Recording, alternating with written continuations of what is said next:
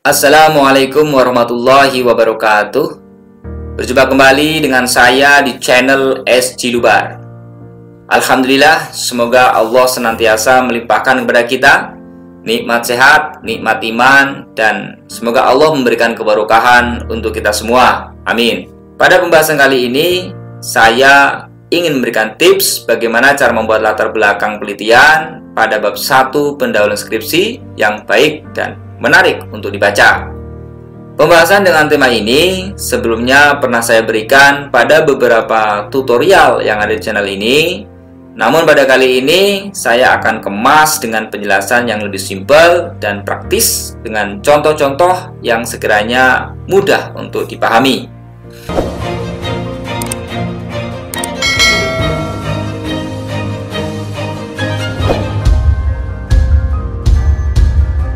Sebuah konsep mendasar yang mesti dipahami dalam membuat karya ilmiah ini didasarkan atas sifat rasional dan empiris. Rasional itu bahwa karya ilmiah yang kita tulis ini didasarkan atas kajian teori, sedangkan empiris, karya ilmiah yang kita buat didasarkan atas data sesuai fakta di lapangan. Jadi dalam pembuatan karya ilmiah ini bukan didasari atas perasaan atau angan-angan tanpa dasar ilmiah. Begitu juga pada saat kita menulis latar belakang penelitian. Dan pada saat sidang skripsi pun kita kedepankan jawaban-jawaban yang ilmiah. Jangan menjawab dengan jawaban yang tidak ilmiah. Contohnya, saya memilih judul penelitian ini karena saya suka, atau karena sampelnya mudah didapat, dekat dengan rumah, atau saya mengambil judul penelitian ini karena pilihan dari dosen pembimbing saya, atau ngikut saja. Nah, itu adalah contoh dari jawaban-jawaban yang tidak bisa diterima secara ilmiah. Baik, saya akan berikan penjelasan cara membuat latar belakang penelitian yang simple. Jadi jangan di skip sampai akhir cerita supaya tidak ada informasi yang terlewat. Latar belakang penelitian pada bab 1 pendahuluan itu ibarat pintu gerbang masuk Istana Megah. Kalau pintu gerbangnya bentuknya ndak karuan, maka akan memunculkan sebuah persepsi bahwa pintu gerbang tersebut bukanlah pintu gerbang sebuah istana yang megah. Jadi latar belakang penelitian ini menjadi petunjuk arah kemana penelitian akan dilakukan oleh peneliti. Ada apa dengan objek, siapa, di mana, dan mengapa dilakukannya penelitian. Latar belakang penelitian ini menjadi gambaran layak tidaknya untuk dilakukan penelitian lebih lanjut. Nah, di sini dari sejak awal kita bangun para pembaca, para pembimbing skripsi, atau para penguji supaya bisa merasa jatuh cinta terhadap penelitian yang kita ajukan. Dalam membuat latar belakang penelitian, kita menggunakan konsep piramida terbalik. Konsep ini lebih populer dalam kalangan jurnalistik. Kita tahu bentuk piramida, ya, dari bagian ujung atau puncak ini lebih kecil, lebih sempit, kemudian semakin ke bawah semakin berukuran luas, ya, sebagai pondasi yang kokoh untuk menopang keseluruhan dari piramida. Pada konsep penulisan dengan piramida terbalik ini diawali dengan penulisan yang menjelaskan tema secara menyeluruh dari penelitian. Kemudian semakin ke bawah semakin menyempit sebagai tindak lanjut untuk menjelaskan yang lebih detail dan spesifik dari penelitian. Kita lihat gambar piramida terbalik pada monitor. Ini sebagai konsep dalam membuat latar belakang penelitian. Pada konsep piramida terbalik dalam menulis latar belakang ini terdiri dari 3 bagian penting. Bagian yang pertama atau katakanlah dalam paragraf pertama ini berisi penjelasan umum secara menyeluruh dari gambaran objek penelitian. Kemudian selanjutnya pada paragraf selanjutnya bagian kedua ini berisi penjelasan perihal masalah-masalah yang ada di objek. Dan selanjutnya bagian ketiga pada latar belakang penelitian ini dipaparkan penawaran solusi atas masalah-masalah yang ada pada objek penelitian. Jadi ini mudah diingat dalam membuat latar belakang penelitian terdiri dari 3 bagian. Bagian pertama gambaran objek yang akan kita teliti, kemudian masalah objek, dan yang ketiga adalah penawaran solusi terhadap masalah objek. Insya Allah lebih mudah dihafal, lebih mudah dipahami. Pada bagian awal dari latar belakang penelitian atau paragraf pertama, pada bagian ini dipaparkan secara singkat, ya, jelas dari gambaran objek penelitian secara menyeluruh. Bisa dijelaskan siapa objeknya, apa objeknya, kapan, di mana, mengapa, dan bagaimana dari objek yang akan diteliti. Di sini bisa dijelaskan apa yang menjadi visi, misi, tujuan, dan harapan ideal dari objek yang akan diteliti, sehingga akan memberikan gambaran secara menyeluruh terhadap peran pentingnya keberadaan objek untuk diteliti dan menjadi daya tarik bagi pembaca terhadap objek yang akan diteliti.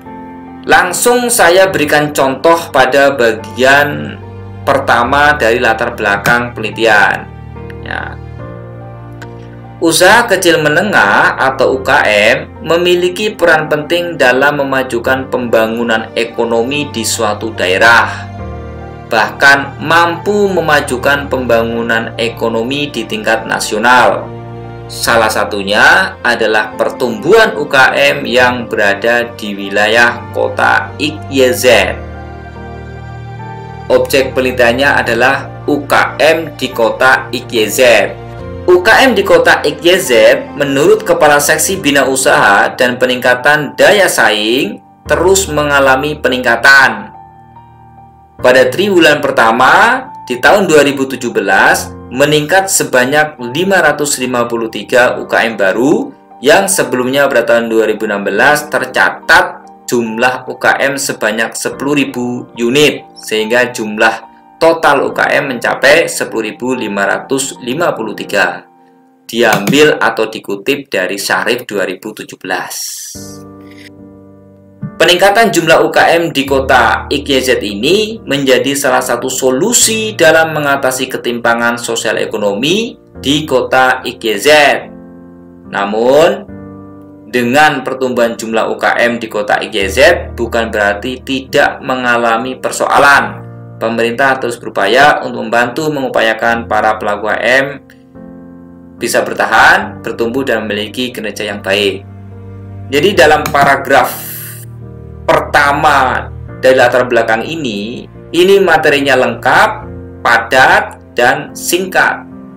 Karena dalam bagian pertama latar belakang ini berisi data atau dasar fakta di lapangan yang diambil dari tulisan seseorang atau sumber informasi seseorang, maka layaknya karya ilmiah ini ya ditulis kutipannya supaya informasi ini tidak dianggap sebagai informasi yang hoax atau bohong.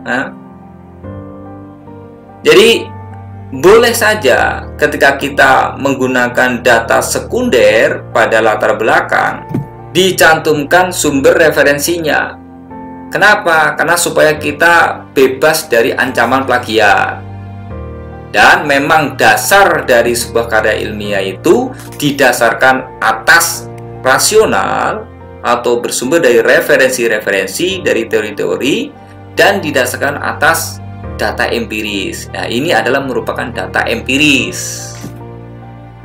Kemudian yang diperhatikan di sini saya buat kotak merah, namun dengan pertumbuhan jumlah UKM di kota IKZ bukan berarti tidak mengalami persoalan. Pemerintah terus berupaya untuk membantu membanyakan para pelaku UKM bisa bertahan, bertumbuh, dan memiliki kinerja yang baik. Ini maksudnya adalah pada kalimat akhir ini kita buat kalimat penyambung ke paragraf selanjutnya. Biar apa? Ya biar nampak manis, ya biar nampak ada hubungan, seperti itu, biar tidak kaku. Itu silahkan seperti itu. Kemudian pada bagian kedua dari latar belakang penelitian atau pada paragraf selanjutnya, saya tidak menyebut paragraf kedua, tapi paragraf selanjutnya. Karena boleh saja pada bagian pertama, perihal gambaran objek penelitian, ini bisa terdiri atas lebih dari satu paragraf. Meskipun kalau dibuat hanya satu paragraf itu sudah cukup. Nah, pada paragraf selanjutnya atau bagian kedua dari latar belakang, ini menjelaskan atau menguraikan apa yang menjadi gejala masalah atau yang menjadi masalah utama dan yang menjadi penyebab-penyebab dari masalah utama dari objek penelitian yang kita teliti. Kalau pada penelitian pendekatan kualitatif, ini lebih cocok disebut sebagai gejala masalah. Karena lebih mengarah pada temuan masalah yang sifatnya belum pasti atau fokus masalahnya belum jelas. Nah, berbeda dengan penelitian pada pendekatan kuantitatif. Pada penelitian pendekatan kualitatif, ini masalah objek yang akan diteliti sudah memiliki arah fokus yang jelas, atau masalah objek sudah jelas. Jadi pada pendekatan penelitian kualitatif, kejelasan masalah pada objek ini disertai dengan data sebagai bukti atau pemerkuat masalah dari objek yang kita teliti. Baik, kita pahami. Yang disebut dengan masalah adalah adanya gap atau jarak yang tidak atau belum bisa dicapai, atau merupakan kesenjangan, ketimpangan, ya, ketidaksesuaian antara teori dengan fakta, antara harapan dengan kenyataan, sehingga hal ini memberikan dampak dan pengaruh terhadap yang lain. Nah, pada bagian kedua latar belakang ini, pada pendekatan penelitian kuantitatif, ini berisi penjelasan masalah-masalah objek penelitian. Dan sebaiknya, penjelasan masalah penelitian ini diawali dengan penjelasan pada apa-apa yang menjadi temuan masalah utama pada objek penelitian. Kita jelaskan atau kita uraikan apa yang menjadi masalah pada variabel dependen terlebih dahulu, atau yang lebih dikenal dengan variabel Y. Kemudian baru dilanjutkan menjelaskan pada apa yang menjadi penyebab dari masalah-masalah utama. Baik penyebab masalah utamanya itu ada pada variabel intervening ataupun masalah yang ada pada variabel independen atau yang kita kenal sebagai variabel X. Nah, untuk memperkuat penjelasan benar adanya masalah, kita dapat sertakan bukti-bukti dengan data masalah. Nah, data masalah ini bisa berupa data kualitatif, ya, dan bisa juga data masalah dalam bentuk kuantitatif. Kalau data masalah kualitatif dapat berupa kata-kata, dapat berupa kalimat atau lambang dari masalah.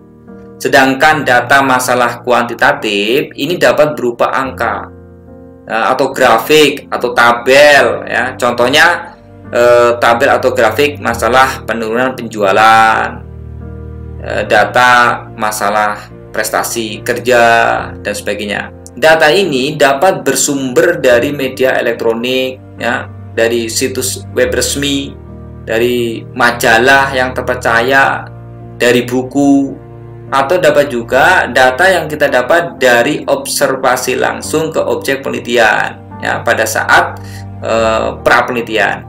Jadi data yang dimaksud dalam latar belakang di sini adalah data yang dapat menunjukkan adanya masalah pada suatu objek. untuk diteliti lebih lanjut. Lalu berapa banyakkah yang perlu kita uraikan atau paparkan masalah-masalah yang ada pada objek penelitian? Ya silakan paparkan semua masalah-masalah yang ada yang menjadi penyebab dari masalah utama ya, secara singkat, jelas, dan padat.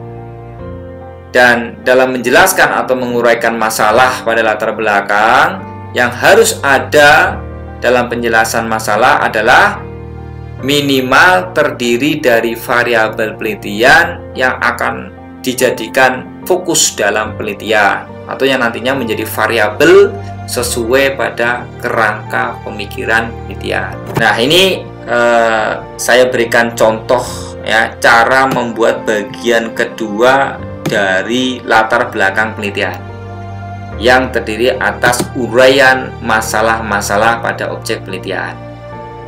Menurut data BPS 2017, meskipun jumlah UKM di kota IKYZ bertumbuh, namun kinerja UKM di kota IKYZ mengalami penurunan. Nah, ini mulai memaparkan masalah pada UKM di kota IKYZ. Masalahnya apa? Kinerja UKM di kota IKYZ mengalami penurunan. Dijelaskan kembali dengan bukti, di mana pada kuartal pertama per April 2018, pertumbuhan produksi UKM hanya bertumbuh sebesar 2,5%. Sedangkan pada periode sebelumnya, bertumbuh produksi UKM di kota IKYZ sebesar 7,2%. Ini dipaparkan bukti dari masalah menurunnya kinerja UKM di kota IKYZ. Untuk mengatasi persoalan menurunnya kinerja UKM di kota IKYZ, maka pemerintah kota IKYZ terus berupaya meningkatkan kinerja UKM melalui program-program pelatihan supaya dapat membantu meningkatkan kemampuan kreativitas dan inovasi produk maupun pemasarannya, sehingga pelaku usaha tidak mudah mengalami kelesuan dan kebangkrutan usaha. Nah, ini diambil dari Irfan. Karena data ini diambil dari sumber referensi atau sumber informasi yang kiranya terpercaya, maka tetap kita ambil ya, karena ini sebuah karya ilmiah, bukan data awangan dari penulis, itu bukan. Ini yang memperkuat.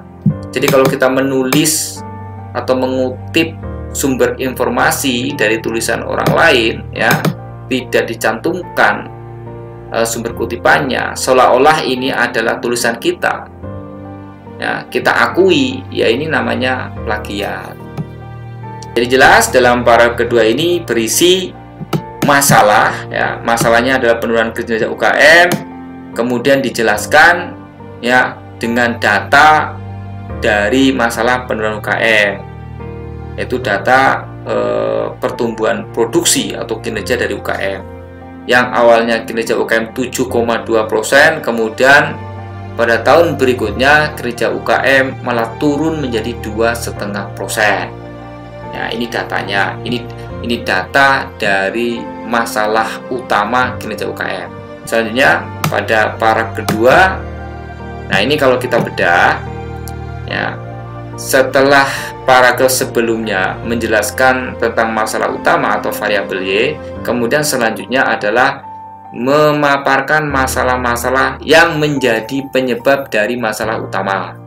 Ya, kita bisa baca di sini, persoalan yang mendasar dari rendahnya kinerja UKM di kota IKYZ diantaranya adalah karena pemanfaatan teknologi digital oleh UKM yang masih sangat tertinggal. Jadi penyebab masalah utama rendahnya kinerja UKM adalah ini. Saya kasih tanda kuning ya. Pemanfaatan teknologi digital oleh UKM yang masih sangat tertinggal. Ya. Ini menjadi variabel independen. Seperti ini kalau digambarkan. Ya. Jadi masalah utama kinerja UKM disebabkan oleh pemanfaatan teknologi atau go online yang masih rendah. Itu. Jadi dijelaskan terlebih dahulu masalah utamanya, kemudian bersambung masalah yang menjadi penyebab dari kinerja UKM, yaitu lemahnya pemanfaatan teknologi. Yang selanjutnya, masalah dari pemanfaatan teknologi digital ini ya diperjelas dengan data. Di sini dicantumkan peluang penggunaan data internet yang pesat. Namun dari data survei menunjukkan bahwa kinerja UKM di kota IGZ turun karena pemanfaatan teknologi digital yang masih tertinggal. Selanjutnya dicantumkan juga masalah-masalah lain. Di sini dicantumkan secara tersirat. Ya, ini saya kasih warna. Adapun masalah-masalah lain, jika ditinjau berdasar skala prioritas masalah, yaitu masih kurangnya permodalan, kesulitan dalam pemasaran, persaingan usaha yang begitu ketat, ya, kesulitan bahan baku. Adapun masalah-masalah lain, jika ditinjau berdasar skala prioritas masalah, yaitu kurangnya permodalan, kesulitan dalam pemasaran, persaingan usaha yang begitu ketat, kesulitan bahan baku, kurangnya tes produksi keahlian, kurangnya keterampilan, kurangnya keterampilan manajerial SDM, kurangnya pengetahuan, kemudian masalah manajemen khususnya bidang keuangan publik dan sebagainya. Ini semuanya dicantumkan masalahnya ya. Ini masalah saya ini, masalah UKM di kota IGZ ini ya diambil dari Inkubator 2018. Kemudian yang selanjutnya adalah kita bahas bagian ketiga dari latar belakang penelitian. Pada bagian ketiga latar belakang penelitian, ini diutarakan apa yang menjadi solusi alternatif atas masalah-masalah dari objek penelitian. Pada bagian ini, peneliti mengutarakan ketertarikan untuk melakukan penelitian pada objek penelitian dengan harapan hasil penelitian nantinya dapat memberikan solusi, dapat memberikan pertimbangan atau pemahaman yang lebih mendalam dalam mengatasi masalah-masalah yang ada. Dapat juga untuk mencegah resiko atas masalah. Dan bisa juga menjadi pertimbangan dalam merumuskan kebijakan strategis ya oleh para stakeholder dari objek yang kita teliti. Nah, pada paragraf ini dapat kita kemukakan atau tulis nama atau judul dari penelitian. Dan pada bagian ketiga dari latar belakang ini juga dapat diberikan tambahan penjelasan yang memberikan perbandingan dari penelitian yang akan dilakukan dengan penelitian sebelumnya atau penelitian terdahulu. Baik menjelaskan apa yang menjadi pembeda dari penelitian ini atau yang menjadi pembaharu dari penelitian sebelumnya, yang tentunya yang memiliki relevansi atau keterhubungan dengan masalah objek yang sedang diteliti saat ini. Nah, ini contoh ya bagian ketiga dari latar belakang penelitian. Rendahnya kinerja UKM di kota IGZ yang dipengaruhi oleh masih lemahnya pemanfaatan teknologi di era digital dalam pengembangan UKM menjadi suatu hal yang menarik untuk dilakukan penelitian. Nah, kalau kita lihat kata-kata ini adalah merupakan kata-kata jembatan atau penyambung. Nah, supaya lebih luas dengan kalimat sebelumnya. Menjadi suatu hal yang menarik untuk dilakukannya penelitian. Oleh karena itu, penulis tertarik untuk melakukan penelitian dengan judul pengaruh pemanfaatan teknologi digital terhadap kinerja UKM di kota IGZ. Nah, pada kalimat ini sudah mulai memberikan solusi terhadap masalah-masalah yang ada pada bagian kedua latar belakang atau paragraf sebelumnya. Ini solusinya. Ya, dari masalah-masalah yang ada, maka penulis tertarik untuk melakukan penelitian. Di mana pada penelitian ini penulis menitik beratkan pada pemanfaatan teknologi digital dalam upaya meningkatkan kinerja UKM di kota IGZ. Berbeda dengan penelitian sebelumnya yang dilakukan oleh Kalika 2016 yang melakukan penelitian terhadap pertumbuhan UKM di kota IGZ yang menitik beratkan pada peranan dan kebijakan pemerintah kota dalam pengembangan UKM. Nah, dalam kalimat ini ya, ini menjelaskan perbandingan dari penelitian sebelumnya atau apa yang menjadi pembeda atau pembaharu dari penelitian sebelumnya pada bagian ketiga dari latar belakang. Selanjutnya, hasil penelitian ini diharapkan dapat menjadi pertimbangan untuk merumuskan program pertumbuhan dan pengembangan UKM di kota XYZ. Nah, ini adalah penguat dari solusi untuk menyelesaikan masalah-masalah dari objek penelitian yang dijelaskan di awal. Seperti itu. Saya berikan contoh lain, latar belakang pada bab 1 pendahuluan. Ya, kita baca nih.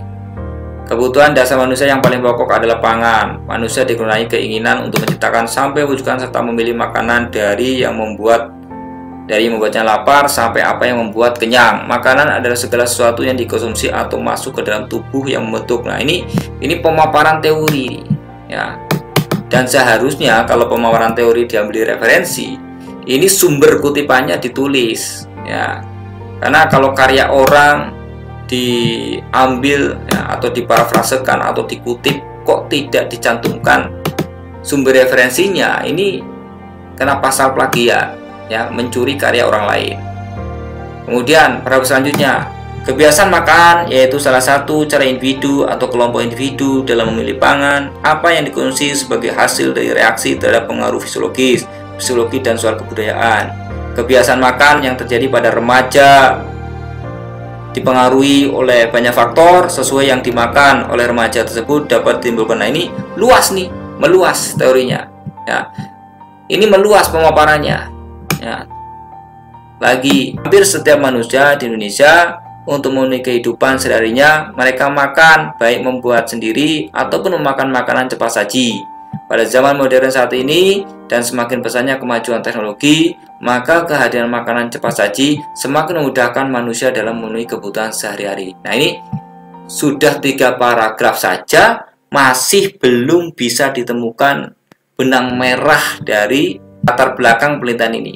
Apa yang akan diteliti? Ya, lanjut. Pola konsumsi terhadap makanan cepat saji seperti ini dapat mengubah pola makanan masyarakat Indonesia pada abad 19. Pada saat Amerika Serikat memasuki era industri, pada pekerjaannya hanya mempunyai jam istirahat yang pendek. Dan ini kan sebuah data. Dan saya yakin data ini diambil dari referensi tertentu atau tulisan-tulisan karya seseorang. Nah, ini kalau kita menjumpai data atau diceritakan sebuah data dari suatu masalah, ya, kemudian tidak disertakan dari mana data tersebut, ini kan menjadi sebuah keraguan di dalam meyakini data itu benar atau tidak. Inilah fungsinya kita menulis sumber referensi atau sumber kutipan. Kemudian produk yang hebat merupakan produk yang diinginkan oleh konsumen. Mereka pun bersedia untuk membayar produksi. Sampai berapa bab aja belum bisa tarik benang merahnya. Ini mau meneliti apa? Di era modern seperti sekarang ini, masyarakat umumnya mempunyai tradisi masih sama.